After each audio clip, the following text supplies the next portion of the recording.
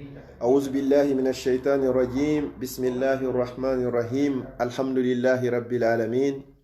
ثم الصلاة والسلام على أشرف الأنبياء والمرسلين نبينا محمد وعلى آله وأصحابه ومن تبعهم بإحسان إلى يوم الدين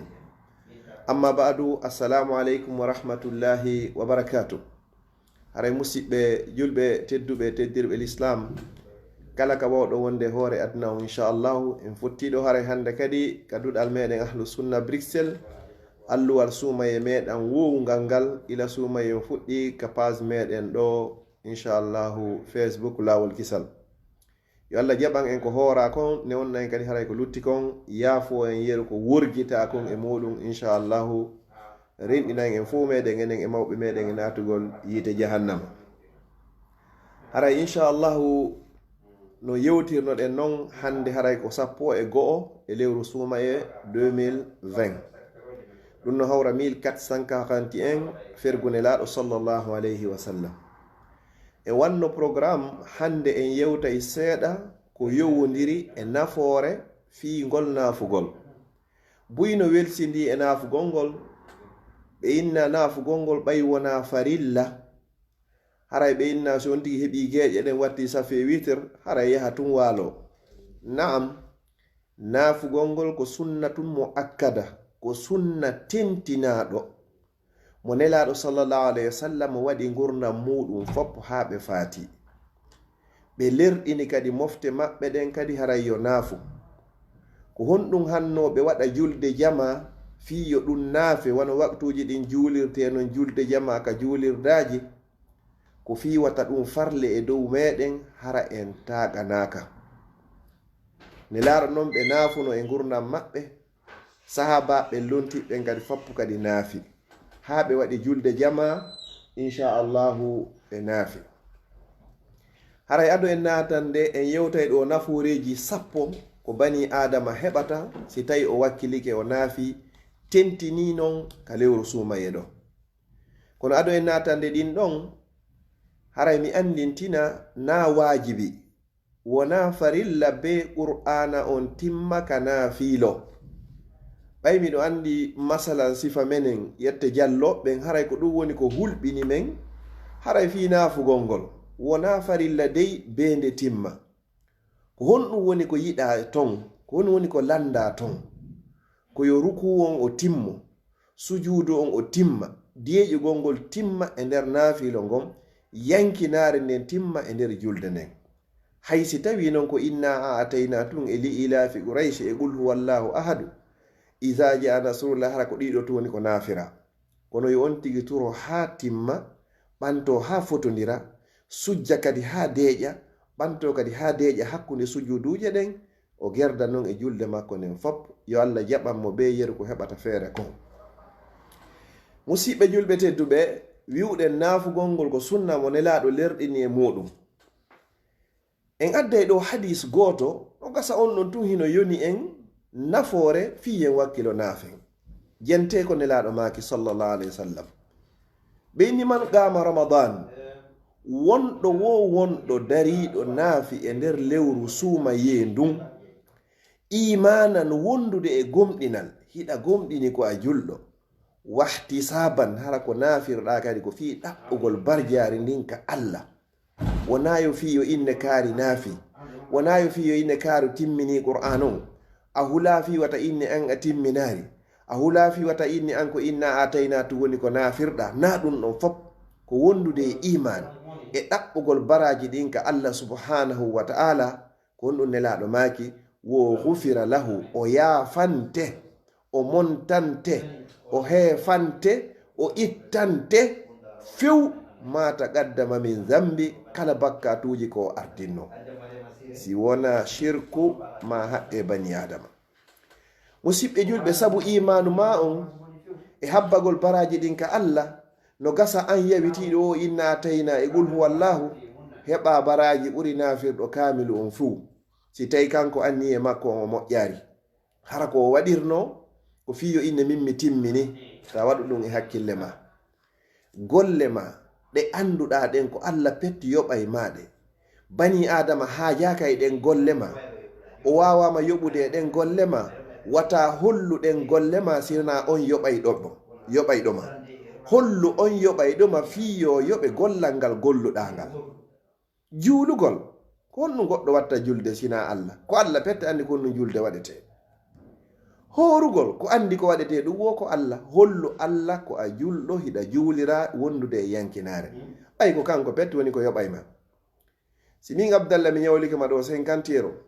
mi juuliɗo fana e alansara e futuro e geeƴe e subaka foppo julde jamaka jamiu ɗum ko baraji buyno. Est ce que mine wawi arde innama ɓay mi juuli ɗiɗo fof ka jamiu ɗum ɗo ko baraji buyi ƴettuɗi baraji ɗo hande kadi muñano galan 50 euro mi jaɓata an kadi a jaɓata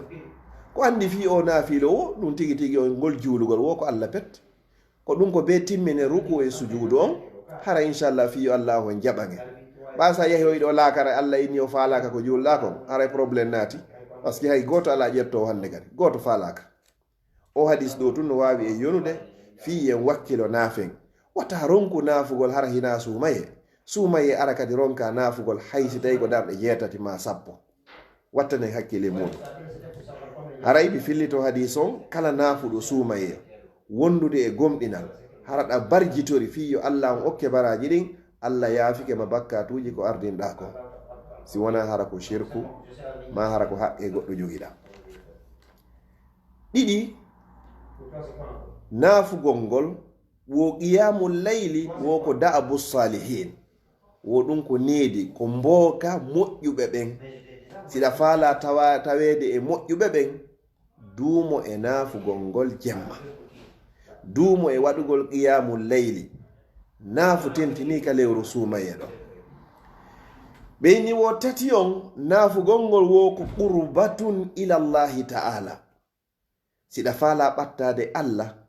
ɓattodiron wo haray ko ya hebbin naafugol fi honɗum nelaɗo sallallah alih w sallam ɓe maaki wo aqrabu ma yakunu l abdu min rabbihi wa huwa sajid ka bani adama ɓuri ɓattade joomi makko ɗon ko tuma nde o sujjani Allah a ɓattotako noon a ronkata a wawata sujjugol si tawi tigi tigi on a juulari. Tati on wo naafugol ngol wo ko min hatun anil ismi wo ko montay ɗum ko wiyete kon bakkatu montaɗi feppo itta. Nayi on wo ko takfirun lissayi'at wo ko heefay ɗum kadi goopi ɗo woodi goɗɗigo ko montugol seeɗa goɗɗi gon ton ko ittugol ɗi fes ko won ɗum waɗanayma ɗum ɗo fop ko naafugol ngol jemma. Jowi wo naafugol ngol matradatun lidda'i anil jasadi wo ɗum ko raɗoto ɗum ko soggay ɗum itta nawnaje kala ko woni kon e ɓandu bani adama. Neɗɗo sa sutti naafugol a accata few sabuna kala ko woni e nawna hoy ton coko caka hoy ka ɓandu ma Allah ittay koye fop sabu ko wonɗa e naafude kon. Jeego naafugol ngol ko sababu min asbabi sa'adatil insan wonay sabu fiyo neɗɗe on male warahatun neɗɗo on fowto kadi Allah okkama fowtare fi duniya wal akhira o fowtinama aduna ɗo o fowtinoyama kadi laakara sabu ko duumiɗa kon e naafugol ngol. Ndare ɗe darɗe 10 ɗe wowleten sono be fimum ko sa waɗi ɗen non tun Allah mahanima ka suudu ka aljanna jonno ñande be sa naafi 7 masi ko naafay ɓe 10 ma naafay ɓe 20 ɗum ɗo fop waɗoyama ka mandakke ma ko wonɗa e naafude ɗo kadi si waktuji ma farilla ɗi manki ko ɗi baraji ɗum ɗo ƴettete lellitiroye ko manki kon ka julde farilla. Si tawi noon julde farilla nandi lelloyi mankoyi toon tawi amarano naafilo hay hunde ko honno gerdoyta haray moƴƴari. Jeeɗiɗo on wo naafugol ngol yu'awwidu sabru wa tahammulul makari naafugol ngol no wowtina wonkiki wowtina ɓandu ɗum ko wiyete ko muñal yaha naafugol ton nokkeli gon ton hara so fewdo naafeteno ka juulirdaji hara hino wuli yimɓe ɓen no ɓitti kono innami wakkiloto ha mi gayna. Wa tahammulul makari e ronditagol piiji añaaɗi añiniɗi makarihi sattendeji ɗum ɗon fop wakkiloɗa ɗon inna ɓayna ko de wotere nder hitande min kadi mi wakkiloto si tawi ka suuduma wonki ko no inna fowto seeɗa a ɗanaki hanki aɗa way golle no natiri ɗo no yaltiri bobo fina joni findinama inna wonki mi sali min kadi mi naafay a naafay netto wonki wana han nafsa anil hawa o haɗa wonki hum makko kum dankun kun hino foti gorko on daway maako debbo woni ko dawata oya waali noke oɗa faalaka kuran huɓɓine yahuga salon hay tawi ko torso hun kun wonko ampolum wonkon ka téléphone maako huɓɓin kun naafana allah subhanahu wa ta'ala. jeetati on wo naafugol ngol yuzakkiru l abda kun andintina yiyaɗo on maccungel ngel bima huwa alayhi ko wonɗa e muɗum kon mina zullati e koyra wal ubudiyati lillahi azza wa jalla. ƴettugol nde tinde ma ɓurde teddude yeeso ngon sujja ɗum ka leydi ruka ka leydi ruka yeeso o taguɗo kammuli e tagi leyɗele ɗum ɗo a andinaymo woni wondema pellet ko kanko woni ko jeyma a hollimo ko a anta abdun lillah ko a maccungel jeyangel e maccuɓe allah subhanahu wa ta'ala. ɗum ɗo no tawa e naforeji naafugol ngol e juulugol ngol. jeenayi wo qiyamul layli naafugol ngol sababun li ghufrani ma taqaddama min az-zunub wonay sabu ko yaafima bakkatuji ko ardinɗa fuu. goɗɗo wata kontude bakkatu ko rondi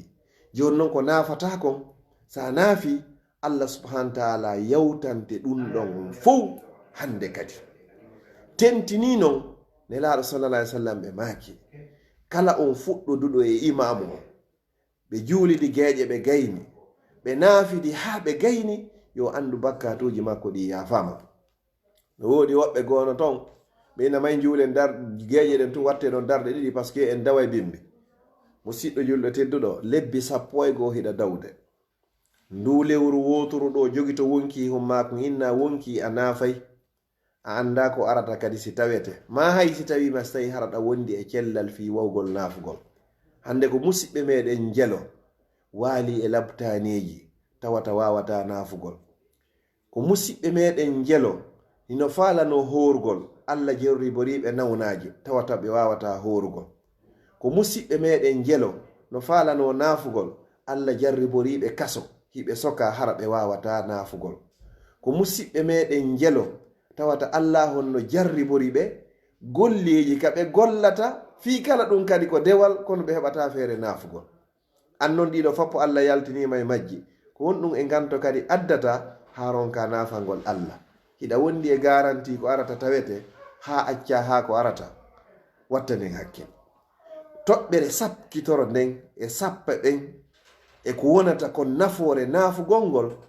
ɓe inni wo naafugol ngol wo ko sharafun lil mu'min ɗum ko teddungal ko valeur wonande julɗo. ɓe inni hon ɗum wo sharaful mu'min teddungal julɗo qiyamuhu bil layli ko naafugol mo jemma wa izzuhu teddungal makko ngal istighna'uhu anin nas ko alɗinagol e ko woni e juuɗe yimɓe ɓen kon harana ya himmir ɗum si wona ɗum a heɓata ko wiyete ko izz teddungal e sharaf. musidɓe julɓe tedduɓe ngol naafugol ngol juulugol ko ɗon mi darnirta yewtere anden inchallah. o cheikhujo meɗen wiyeteɗo ibnu taymiya cheikhul islamu rahimahullahu ta'ala yo allah yurme mo yaafomo kadi o wi ɗo ko fi hon ɗum ko ɓe yimɓe ɓe yiyata hooray kono juulata hooray naafata nana goɗɗo hino lando est ce que si goɗɗo hoori o juulare ko non yawore korka makko en wawa eɓɓidirde valeur julde nden e valeur korka. valeur julde nden no ɓuri korka kande laabi guluje na ko eɓɓidirte non kono enen tigi en wonday e musidɗo meɗen mo juulata hiɗen gollidude e makko naɓiden e makko en aybintamo kono wonden e musidɗo meɗen o ñaama ñalorma suumaye ɗum ɗon rondoɗen ɗum naɓen dowga hara ko ɗum wonata sirla in hara ɗen mawnini ɗum ɗon ɓuri ko acci kon ko ronki juulugol kon. yi'a goɗɗo cellal no woodi jawdi no woodi ngaluji no woodi himo naɓida kono ka hewtilere juulugol wo hara tigi tigi himo mawnide nani ittugol karavati makko ma veste makko ma ñorugol base wi makko ngin yaha salligoyo itta paɗe makko ɗen helta koyɗe muɗum ɗen o juula. Yo o anditu Allah no inni yawma yukshafu an saaqin wa yud'auna ila sujudi fala yastati'un. Nyande ko ñuuboto ka koppi e ka juuɗe e ɓandu num foppo itta o innano yo sujjan Allah,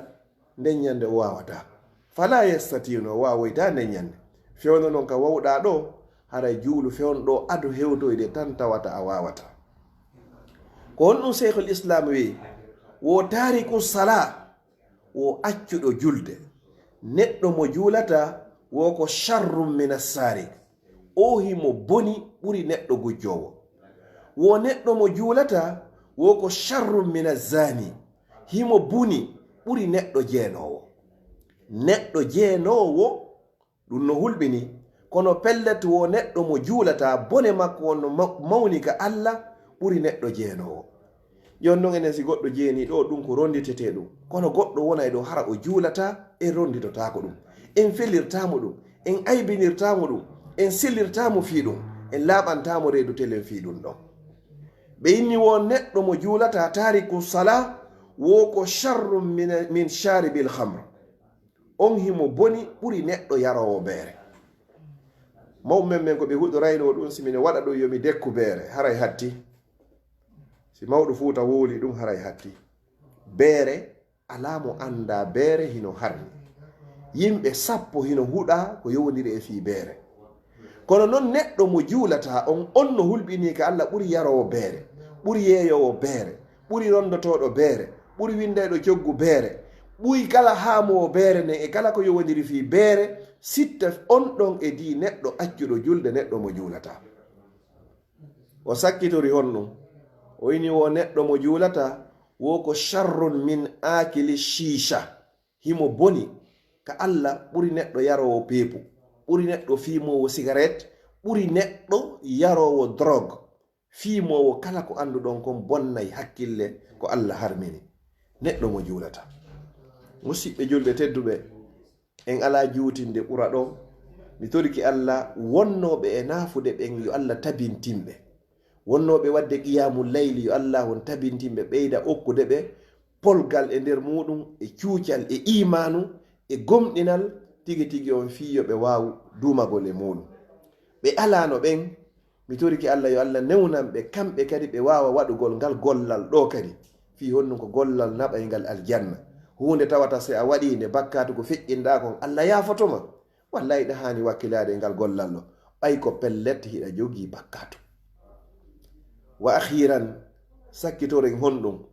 mi toriki Allah subhanahu wa ta'ala on yo Allah dandu e nde nawnare coronavirus. Mi toriki Allah ko hoora kon yo Allah on jaɓu, ko lutti kon yo Allah on newnu. Leydi meɗen ndi lagine yo Allah hokkore lamɓe fewɓe, nunɗuɓe, huloɓe Allah, yurmeteɓe leydi ndi e ɓiɓɓe leydi ndi. Enen laamateri ndin kadi yo Allah waɗi ɓe laamateri fewndi, nunɗundi, hulori Allah teddinayi ɓe lamɓe ɓe.